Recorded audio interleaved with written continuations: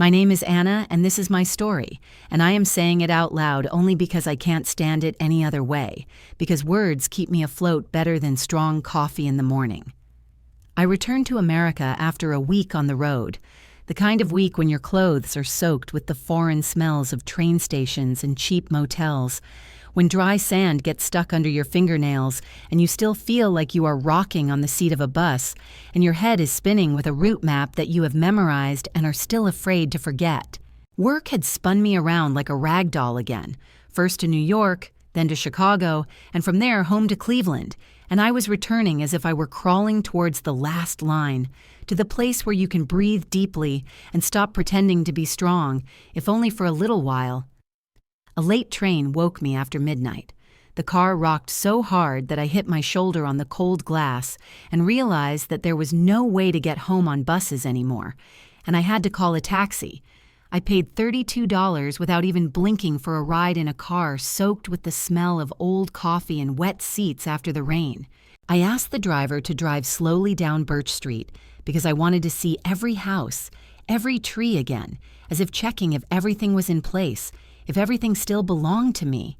And when our little blue house came into view, my heart twitched, because the two windows glowed softly, like kind eyes, the railing on the steps still crooked, like an old person, and the porch, I knew, remembered every boot that had ever walked on it. It was like the first deep breath after a long, hard day, when the lungs suddenly remember that they are alive. My sister Laya was waiting on the porch as if she had been there for hours, her hands clinging stubbornly to the wooden post, her knuckles white, her face frozen in that expression I recognized from childhood, when we hid a broken vase together, afraid of my mother's footsteps in the hallway.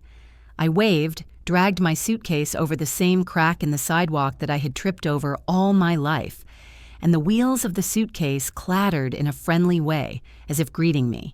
"Hello," I said, smiling simply because I was home, because this was America, our little home, and the night was kind, and I thought she would smile back. But Laya did not smile. Her lips trembled, her eyes darting from the door to my face, like a bird that cannot decide on a branch. I set my bag down on the first board of the porch, and the wood thudded back, as if to say, "You're back. You belong here." Through the doorway, I could see the living room now, the couch sagging in the middle, the maple table we'd once haggled for $60 at a garage sale, and the framed map of America we'd stuck pins into to show where we'd been happy, making it seem like we had a life after all. The house smelled of lemon soap and the last warm air of late summer, and moths circled the porch lamp and settled on the white paint, as if leaving a fingerprint. I asked, "What happened? Is it about money? About the car? Are there problems with Mom's papers again?" I had a list of small problems in my head that could be solved with time and common sense, and I was sure that this was what was going to be discussed now. But Laya didn't let me finish. She exhaled sharply, and so clearly that the words hit me in the chest. "I married your rich fiancé. Please don't cry." The sentence fell between us like a heavy wooden box that looks light until you try to lift it. And I heard a thin hum and the tired buzz of a moth, and the street suddenly became silent in the way that only happens when someone is listening. It felt like the world had taken a huge step to the side and forgotten to take me with it, and my knees buckled without asking, my hands darted to the railing but caught only emptiness. The porch boards jumped under me, the sky dropped, and the darkness ran into my ears like cold water, and I didn't scream. I just folded and fell softly, like a letter falling from a table. "Do you need help?" a man's voice called from across the street. It was Mr. Whitaker, our eternal neighbor across the street, an old man with a face carved by time and wind, and he had lived there so long that his mailbox faded and brightened every summer, as if the paint had a life of its own, and I heard his cautious voice, "Do you need help?" But Laya answered, and her words sounded so sure, as if she didn't believe herself. I caught her, and she really did, because although she was shorter than me and had always seemed thinner and weaker, shock gives a person strength, as if it were someone else's, borrowed, and she grabbed me, led me into the house as if I were a child, and sat me down on our old sofa, which knew more than most people. She tucked a pillow under my neck, covered my legs with a blanket, and the cool fabric lay on my forehead like a hand you wait for too long. I heard the tap in the kitchen start to run and then stop, as if someone had remembered not to waste time on unnecessary things. In the hall, the clock was counting the seconds, each one falling like a coin on a wooden table, and the house was doing what old houses do when they love you. It was embracing you, absorbing your fear, and asking no questions, because it knew all the answers. When I opened my eyes, I rose slowly in the darkness, like a diver reaching for the light, and I couldn't immediately tell if it was still night or already that pre-dawn time when everything around is painted a soft blue shade that in itself promises that the sun is near. Laya was standing in the doorway with a glass of water in her hands. Her eyes were red. It was obvious that they had managed to cry and dry up and fill with tears again. I opened my mouth to ask something, what time it was, if she was hurt, if this was a dream, but instead of words, I laughed. I laughed wildly and loudly so that tears ran into my ears and tickled my neck, and this laugh sounded so strange that it scared her, and frankly, scared me too. "Anna," she said, her voice shaking, fear and anger and a plea all at once. "No, please don't." She thought I had broken down, and I understood why, but the laughter came not from shock, but from something else, from fatigue, or perhaps from anger that no longer fit inside. I said her name quietly, Laya, and my voice sounded unexpectedly even and even older than myself. She hurried to the chair but did not lean back, as if she were afraid the deep seat would pull her under, and set the glass of water on the maple table. A thin stream ran over the edge, rolled down, and lay on the wood like a small round coin. "You don't understand," she whispered, and then exhaled as if it were a confession. "I married him, Anna." "Grant." "We didn't have time to tell you.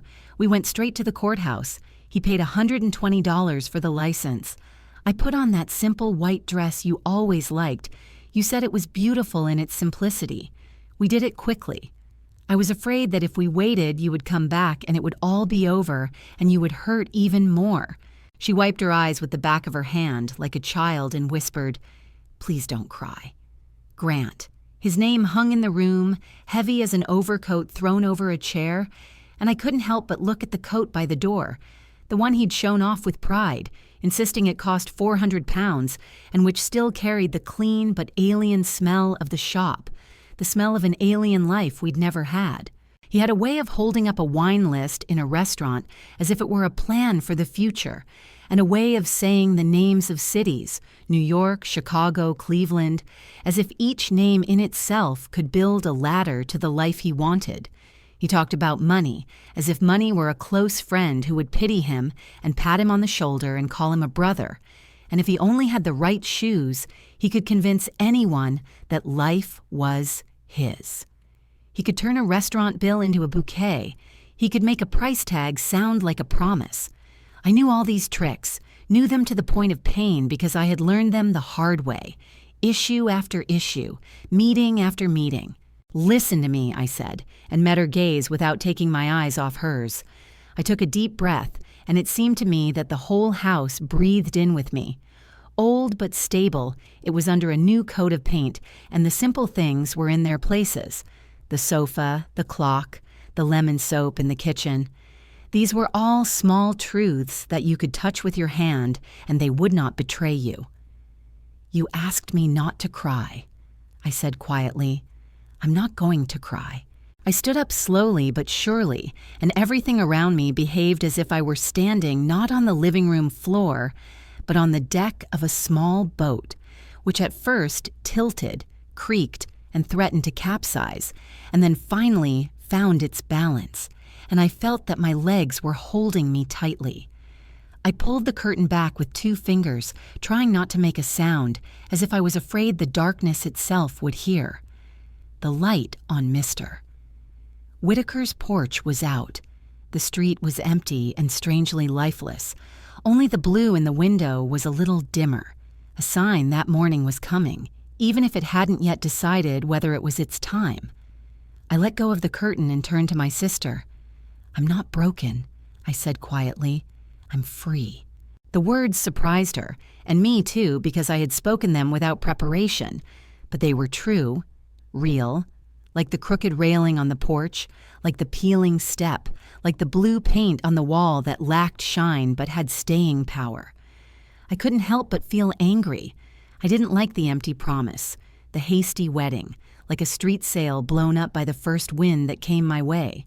But at the same time, there was a strange joy stirring in me, because I knew something that Laya didn't yet know, something measurable and real, in dollars, in facts, in the weight of the ring I'd put in the drawer before leaving for Chicago. I stood in our little American house, a map of America with our pins on the wall, the smell of soap in the air, and suddenly I burst out laughing again, not from pain this time, but from joy, from the fact that the truth belonged to me. I sank down on the sofa and said, "Laya, we need to talk, slowly, not loudly, just listen." The house fell silent, but the silence was not empty. It breathed power, as if someone's invisible hand was standing behind my back. I repeated, "I will not cry, but I need to tell you what I learned before the trip." She pressed a damp cloth to her face, nodded, and I saw how small she was on the edge of the chair, as if one wrong word could push her down. The clock in the hall ticked calmly, like a heart that had not yet known trouble. I thought of the pins on our map of America, the porch boards that had heard our footsteps, and I thought of truth, the kind you could count, touch, test. And then I started talking. The first crack in his story had appeared a few months ago, when Grant told me about the lake apartment in Cleveland and the string of deals in New York that were supposed to set us up for life. On those nights, he wore a sharp navy suit, made sure everyone could see him, and acted as if success was in the bag. But one day, when I lifted his jacket to make room in the closet, a receipt slipped out of the inside pocket. Rent for $1,120 a day, due Monday by noon. He claimed his 700-pound watch was a family heirloom, but the crown was stuck and the brand name on the clasp was misspelled. He posed next to the car in front of the house, but I noticed the dealer's license plate and a thin paper tag on the rear window. Later, I found a lease in the glove compartment. $1,200 a month for something he had never owned. Talking about money came easy to him, like a song he had memorized and repeated over and over. He would hold up menus in restaurants like a stage prop, order the most expensive dish, and nod confidently as if everything was paid for. But when the waiter left, he would lean over and whisper that the payment was stuck and that I could lend him $85 just for this one time because his account would be cleared by midnight. I remember an evening at a fancy steakhouse on Euclid Avenue. He pompously handed the waiter his business card, and when the waiter left, he turned to me and asked, "Just take care of this. Just a little. It will all come back later. The bonus is coming." But there was no bonus, and there was to be none, and his words dragged on until I realized they were just an echo. The bonus had never been paid. When we got home, I felt the folded piece of paper in his coat pocket, and my heart skipped a beat, because it was a receipt for the rental of a suit, 3 days at $120, a total of $360, plus a late fee, numbers that stared at me like bruises on my body, not letting me look away. I kept telling myself that there was nothing wrong with wanting good things, that he was just trying to reach for the best, that his craving for these expensive rags and restaurant dishes was just aspiration, not deception. But the longer I looked at these pieces of paper, the more clearly I realized that wanting and pretending are not the same thing, and the line between them had long since been erased for him. The night I was finally convinced came on a Tuesday on West 14th Street. He said he had to see a customer, and I nodded. But inside, I had been walking around with a heavy feeling in my chest, like a stone. I had the day off, and my feet carried me to the corner where there was an old garage with a faded, hand-painted sign and a perpetual smell of oil in the air. I saw him there, in a gray work shirt with the name Grant stitched above the pocket. He was not talking to any customer. He was bent over a small machine, his hands black with grease, his face set in worry as he tried to loosen a stuck bolt.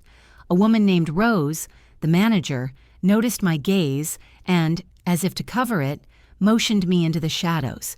She gave me a bottle of water, told me he worked there part-time, that he knew his way around carburetors but was often late paying for lunch, and that, of course, the place wasn't his. She said it softly, almost sympathetically, as if she felt sorry to hold the lamp and show me the truth I already knew I'd see. I'm not ashamed to admit that I walked home slowly and silently, each step empty. There was nothing wrong with honest work, and I respected the hands of mechanics because they were what made America tick. But a lie broke the axles of trust, and it didn't matter how many bolts he'd managed to unscrew. That night he came back beaming and bragging about saving $50,000, and then I asked him to share his secret. He opened a budgeting app on his phone to show me, and for a moment while he held his breath, I saw the real balance, $312. He slammed the screen shut, laughed, said the picture was laggy, that the program was glitching. Later, I dug through his inbox and found letters about overdrafts, and among them a small note in his handwriting, "Look rich. Be rich as if the first could become the second, if only you wanted it bad enough." I didn't argue that night. I silently packed for Chicago, then New York, and knew that I would return to Cleveland a different person. I put the ring in the drawer of the maple table next to the spare keys, wrote myself a short note on the back of an old receipt. Truth is better than glitter. I needed a space where my thoughts would go straight, not circle around like his stories. On the train, I looked out the window at the fields and cities and felt my chest lighten. Each mile felt like a fully paid bill, as if life was finally leveling out. By the time I stepped onto the platform in New York, I knew the engagement had to be broken, that there was no other way out, that the only thing left was to say it out loud. So when I got home and heard Laya say on the porch, "I married your rich fiancé," my body collapsed before my mind had a chance to speak. And when I came to, laughter escaped me, not from shock, but from the fact that the weight I had been carrying had already been lifted. As I told this, Laya's face seemed to cloud over, doubt, hope, fear, and shame all at once, and she looked for something to grab onto, some ledge to keep from drowning. And then she said, almost to herself, "He told me about the apartment. He said the mortgage was a simple matter, almost a game, just a signature and the keys, and he assured me that his shiny watch was insured for £700, as if that figure would turn a cheap knockoff into an heirloom. He said that next year his car would be ours, and there was so much confidence in his voice that another man might have believed it, but I already knew it was smoke and shadows." Laya sat opposite me, running her thumb along the edge of a damp cloth, as if she were trying to wipe away not the dirt, but the numbers I had spoken. I told her everything that had been piling up, about the garage on West 14th Street where he turned screws instead of doing business, about the suits for $120 a day, about the rent for $1,200, about the eternal stories about $85 borrowed until midnight, and how behind all these tales there was a truth of $312, which I saw with my own eyes. I told her there was no sin in being poor, and there was no sin in fixing other people's cars, because that was the honest work that kept America going. The real sin was turning a man into a ladder and climbing up his back to a dream that would never come true. Laya looked around as if the room itself had changed shape, but everything was the same. The couch still sagged in the middle. The map of America on the wall still held our pins in our favorite cities. The porch still waited for the morning. "He said he loved me," she whispered, her voice breaking. "He said the same thing to me," I said, nodding. I told her that it wasn't the man he really liked. It was the sight of the money, the glitter of the rooms where people were inclined to believe his lies were the truth. But love without truth is a rented suit that tears at the first breath. She closed her eyes, took a deep breath, and when she opened them again, something steady and clear had glided across her face, like the light that had been waiting behind the door all this time. We sat next to each other until the blue glass of the window turned gray, then mother of pearl. The city was waking up to quiet, almost domestic sounds. A truck hummed in the distance, a bird flapped its wings in the drain, and a kettle whispered in the neighbor's kitchen. "What should we do?" she asked, and her voice was quite childish. I reached out and took her hand. "First, we stop blaming ourselves for someone else's idea," I said, "and then we recount what is real. We have this house, we have a job, we have each other, we have the truth." She nodded, and a tear rolled down her face, not a bitter one, but a transparent, pure one, like liberation. I brought her a glass of water, and she took a few tentative sips, and I laughed, surprised at the sound. "Because I'm free," I said, and the words scattered around the room like the clinking of coins in a jar, simple and clear and ours. Outside, the dawn was slowly climbing the porch railing, revealing everything for what it really was, inch by inch. The mask had slipped, and there was nowhere else to put it on. When I finished telling Laya everything, about the garage on West 14th, about renting suits, about the 700-pound watch with the cheap clasp that misspelled the brand name, it was as if all the air had been sucked out of my lungs and the room was breathless. Laya's lips parted, then closed again, as if the words were stuck in her throat. She tried to rise, but her body gave out, and her knees buckled just like mine had that night on the porch. I only had time to grab her sleeve before she sank to the carpet, her side pressed against the couch. For a moment, the house seemed to hum in my ears, and the lights went out. I caught her head, laid her down on the pillow, and called her name over and over until her eyes finally opened. When she focused on me, a soft sound came from her throat, like the plaintive snap of a string pulled too tight, and I knew that sound would stay with me forever. And then she began to cry into my shoulder, not loudly, not hysterically, but quietly, evenly, tears that soaked my collarbone as I held her and felt the truth envelop us both in a cold wind from which there was no escape, but which, perhaps, was the beginning of real breathing. The wind continued to blow in the following days, as if the very air around us knew that no door or curtain could stop what we had let in with its promises. At first, it came not in our faces or in our voices, but through the mailbox, hard and cold and utterly unfeeling. In a fresh envelope with a barcode and his name on it, we found the bill for the rental suit.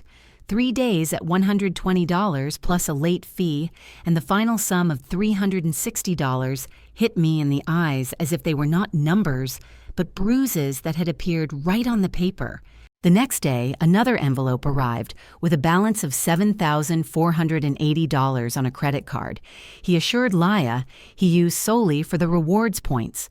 Then a notice from the car dealer arrived, the red letters at the top leaving no hope.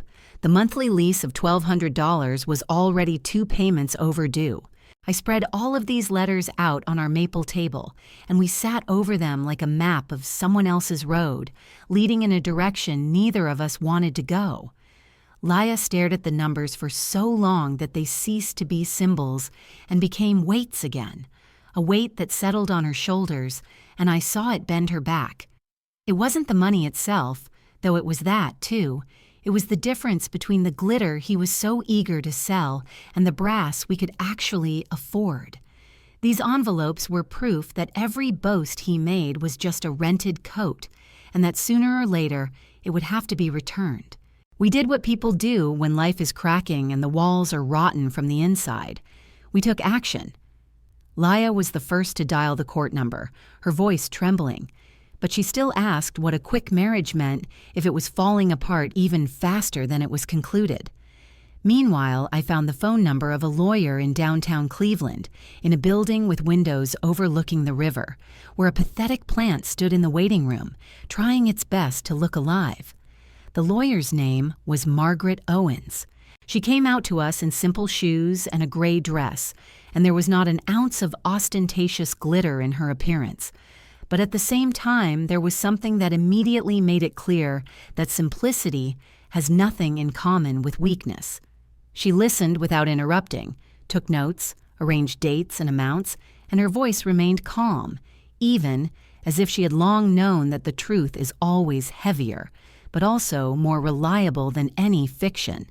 The consultation had cost $150, and as I counted the bills on her desk, for the first time in a long time, I felt grateful that I was paying for something real and not a phantom. Miss Owens handed Laya a thin packet of papers and pointed to the lines that mattered. "You'll be fine," she said. "It'll be hard at first, but it'll get easier." While we waited for them to be stamped and filed, the house seemed to change color, like a lake when clouds pass over it.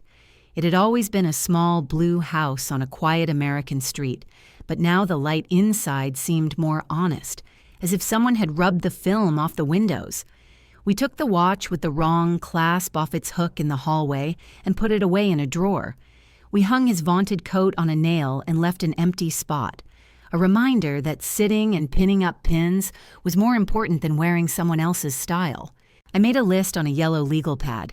Cancel the florist's order for that special dinner he'd promised, but never booked. Return the bottle of wine I'd bought with hope. Call the bank and close the account in Laya's name, where he'd told a story about investing that turned out to be as empty as his smile. These were all mundane tasks, but each one we completed felt like we were saving not just money, but air we could breathe again. Grant showed up only once, and even that was too much. He didn't knock on the door like a decent person would. He knocked like a salesman knocks, insistently, loudly, with that false rhythm that leaves you no choice but to open it. I met him on the porch, and there was something almost ritualistic about it, because that was where I had once fallen, and that was where I felt I had to stand up straight and look him in the face, so that no shadow could ever come between us again. He looked smaller without his dark blue suit, like a phrase without any extra embellishment, like a sentence from which the pathos had been cut out, leaving only the bare core. "Anna," he said first, and then, noticing Laya appearing behind me, he added her name, and there was more truth in that order than in all his pre-rehearsed words. He pulled his pathetic apology out of his pocket and laid it right on the step between us, as if a paper ticket to a new world could be exchanged for trust.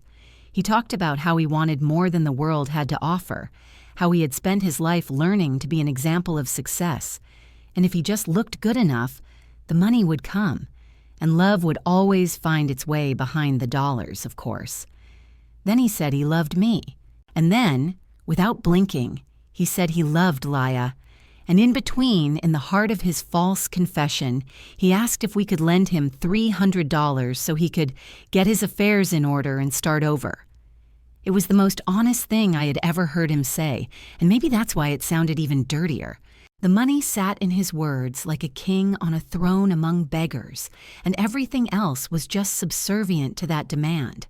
I said no, quietly, gently, once, but so that not even the wind could wipe the word from the air. I explained to him that my refusal was not because he was poor. This country is full of good people who count every little thing, put $1 in an envelope, and make sure their bread lasts a week. There is no shame in hands that smell of machine oil or feet that ache from fatigue in the evening. I said no because he built his lies like planks in a wall and wanted us to live in a house that would collapse at the first rain. I said no because he turned love into a ladder and us into steps he was going to climb. I said no because his every word had a price tag and he demanded payment for every smile. He started babbling again about a future together, about plans, about things that could still be saved, but those plans were the same fog as always, spreading and without the scent of truth. Laya came closer, and her voice when she said, "We're done," was low and unusually firm, so I barely recognized her. He looked at the porch railing where my hand had slipped once when I almost fainted from his truth, and where now the door would never open for him again, and he left without looking back. By then we had stopped analyzing his speeches and were starting to stick to the dry facts. Mrs. Owens filed the papers in the 3rd week. Laya signed her name even, strong, without a tremor. The filing fee was $280, and I handed it over without thinking, because it was the first time I had paid for something that had weight.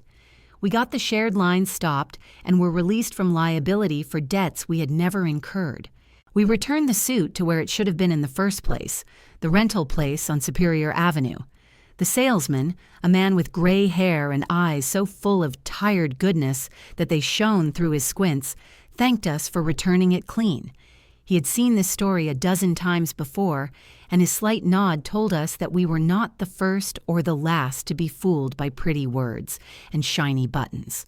On the way home, we stopped at a diner, the same one that had been honest since the day it opened, and bought 2 slices of pie for $9. We sat at the counter with our coats on, eating them with thick white plates in front of us, clattering our forks together as if it were our little victory march. And for the first time in weeks, I felt real hunger, the kind that only returns when the soul stops clenching in pain. At home, I went to our map of America and attached a new pin to it right above Cleveland. Not for the trip, not for the dream, but for the place where I survived. On the small card, I wrote, "How much is the truth worth?" and hid it behind the frame. I already knew the cost. It was measured in dollars. 360,748, 1,200, 150, 280, and in something that does not fit into numbers, in hours spent worrying, in shallow breathing, in a porch that now could not be stepped on without remembering how I fell. But the return was as real as the air that could finally be inhaled to the end. The house was honest again, without embellishment or illusions, and for the first time in a long time, I felt that our name stood on its own feet and was not suspended in the air on someone else's promises that would collapse at the first wind. When Laya laughed now, neither her lips nor her voice trembled. It was even, pure, real, and we both knew that this sound was not from relief, but from the strength that had returned to us. Sometimes in the evenings we sat at our maple table and piled up tiny columns, food, small things for the house, a few supplies for the winter, and each time, looking at these little piles, we felt rich in what mattered, light and stable, solvent in spirit, even if there were only a few dozen in the wallet. When the decree came in the mail, 2 stapled pages in a gray envelope without gloss, Laya read it once and calmly put it aside. She didn't cry, she didn't scream, she didn't curse the past. She just went to the sink, washed 2 glasses, hung them on a towel by the oven door to dry, and said quietly, "We're free." And she smiled at me the way women smile who know the value of hard-won truth, the smile that understands that paying a bill is a victory, too. I folded the papers and put them next to the other receipts we'd kept, not as trophies, but as proof that we'd been through it, tripped, fallen, but kept our name. Outside, the wind had finally died down, and the house was warm. The porch a place again where you could lean your hand on the crooked railing and say the truth out loud without fear that it would shatter the walls. I knew the only direction now was forward, and I went there. I took a bus to Boston, still in the same America, but inside I felt like I had discovered another country. There I found a tiny brown house with a sloping roof and a red door that was peeling and in need of paint. It cost $210,000, too much to feel safe and just enough to feel like I had bought the truth, not a dream. The porch sagged, the gutters were askew, but the house looked me in the eye, and I answered it in kind. On the back of an old receipt, I made a list. Porch repair, $600. Paint, $35. Used table, $120. 2 chairs, $90. Teapot, $18. I taped the paper to the refrigerator and crossed out line after line, and each bold line with a pen felt like a victory, albeit small, but real. The job found me, a bell over the door of a bookshop on Charles Street telling me they needed help in the morning. And that was what I needed. The trust of the quiet shelves, the smell of paper, the rhythm of each book in its place. I would stack guidebooks and cookbooks and dog-eared paperbacks and put away $50 from each paycheck. Saving became like breathing. That was where I met Adam Brooks on a rainy Tuesday. He came in, shook the drops off his coat, asked for a slim book of poetry, and I found him a second-hand copy with 4 pounds written in pencil in the corner. He paid me $6 and left a kind note with his name on it. He was a public school teacher, a man who wore watches on his wrist not as status symbols, but to tell the time. Adam began to come back on rainy days. He liked work that was not embarrassing. He liked clean lines and the smell of wood.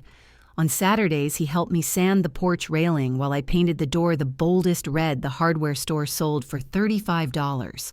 After work, we ate grilled cheese and $9 pie at the corner bakery and laughed at how cheap could be the best if it was honest. He once told me he had already saved $4,300 for a down payment, and with his numbers, things never went wrong. We met the way people who build meet step by step with our hands and hearts, not with poses. Walks by the river, a $7 lamp from a flea market, an envelope in a desk drawer labeled groceries. We were married at City Hall for $120 on a sunny Friday. Laya came on the morning train and held my hand the whole time. No orchestra, no showy glitter, just the words of the vow, new keys on the keychain, and a lightness that needs no witnesses. Back home, we pinned a new map to the wall and marked the places that connected us with America. Then one day we decided to add a little pin for Europe, but we understood that our life was here, in these streets, on this porch, behind this red door. At night, I turned the key in the lock and thought about the old porch in Cleveland, about its price, about how money can decorate any story, but it cannot warm a house. Only the truth can. I can count it, dollar by dollar, heart by heart.